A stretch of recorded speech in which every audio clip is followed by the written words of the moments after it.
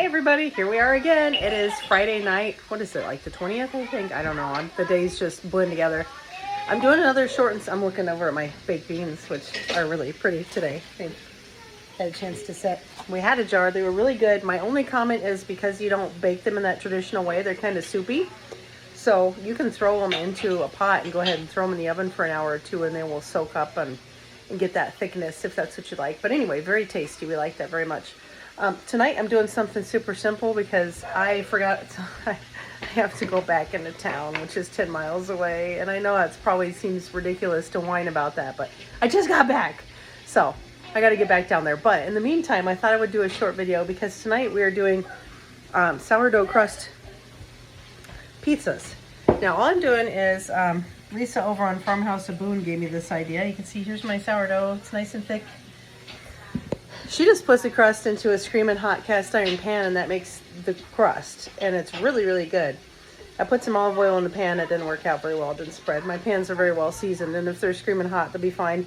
You can put a little bit of oil in the bottom of the pan. Spread your sourdough starter out. Bake it in the oven for a few minutes until it gets hard. Then you put it on, well, not hard, hard-ish, like par cooked a bit. And then put on a baking sheet and put your toppings on and put it back in the oven until it's done. I'm going to do that for our dinner, but I'm also going to do that for the freezer because it makes sense. I have everything I need right here. I need something quick and easy that I can throw in the freezer. So once I get my pan out, because I have a crust in there right now, I'll show you how I'm going to make a crust and then we'll make a pizza. Could always do like the pie crust trick with my pies if I'm going to do fruit pies and freeze them or have them stored for a while. I brush egg on them and then I put on my toppings, and what that does is prevents the liquid from soaking through to the crust, so you could also try that. So here is my crust out of the oven. It is not completely done, but it's done enough that, oh, cross your fingers, I should, aha, be able to transfer it. So now we're going to doctor that up. Now, on to doing another one. This pan has been in a 450 degree oven, so it is screaming hot. All I'm going to do is really simple. I'm going to take my very thick fed starter and plop it right in here. And it's not going to look like much at first. This is definitely a little bit of an exercise in patience, I'll tell you that right now. So I'm just going to put it in there. Probably about that much. If you want a thinner crust and you're very patient, you're welcome to do less and spend more time spreading it out. But we got a lot going on tonight, so just gonna spread it out. Like I said, it's a patience thing, and as you go, it kind of starts to cook, and it helps because then you can kind of like spread it out along itself. I'm using an offset spatula. You could use, you know, a wooden spoon or whatever you've got on hand. But I have these because I am a cake decorator, and if you got the tools, why not use them? So, just gonna keep spreading it out. And again, it's a patience game, and I'm actually gonna use a little bit more starter here. There we go. The starter's been getting a lot of use today. You can see how I'm just spreading it out more towards the edge, and it's cooking as it goes here. And then I just kind of start smudging it up along the sides. I know it looks rough right now, but give me a minute, you're gonna see it. And you're hearing happy playing kids in the background, because either they're happy or they're not. Most of the time they're quite happy. So that's a blessing. We all have our grumpy times, adults and children alike. But definitely joyful and happy is my preferred. Okay, and we're almost done here. And it's just, like I said, it's more than anything just a patience game. And then now I'm going to come through and fill in all those little holes that we made. No biggie. No biggie at all. You can see it's just, it's beautiful. It's cooking as it goes. And I got to tell you, it is absolutely delicious. I was kind of surprised when I made this how good it is. And you can see mine has a bit of a lip. Just our preference here. All right, so that part is just that simple. Now you could salt and pepper it if you'd like. I'm not going to worry too much about that because there's plenty of flavor in the starter. And it's going to have all those beautiful pizza toppings. So just make sure you don't have any holes.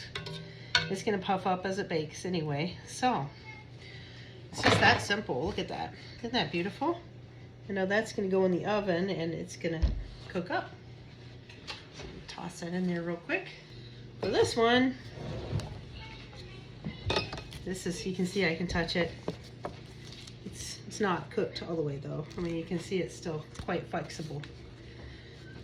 Hope you can see this okay. Sometimes camera angles are challenging. So I have some of my homemade pizza sauce that I did year before this one actually. We're down to our last jars, which is kind of sad. But boy, is it delicious. It has so many wonderful herbs and spices. I found the recipe online. I'll see if I can find it and share it with you. It's from a blog, and boy, it is just so good. It's so full of flavor.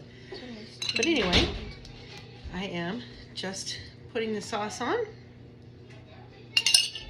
And I'm gonna go ahead and do pepperoni. That's one of the more popular ones. My daughter said, oh my gosh, you're putting the pepperoni below the cheese.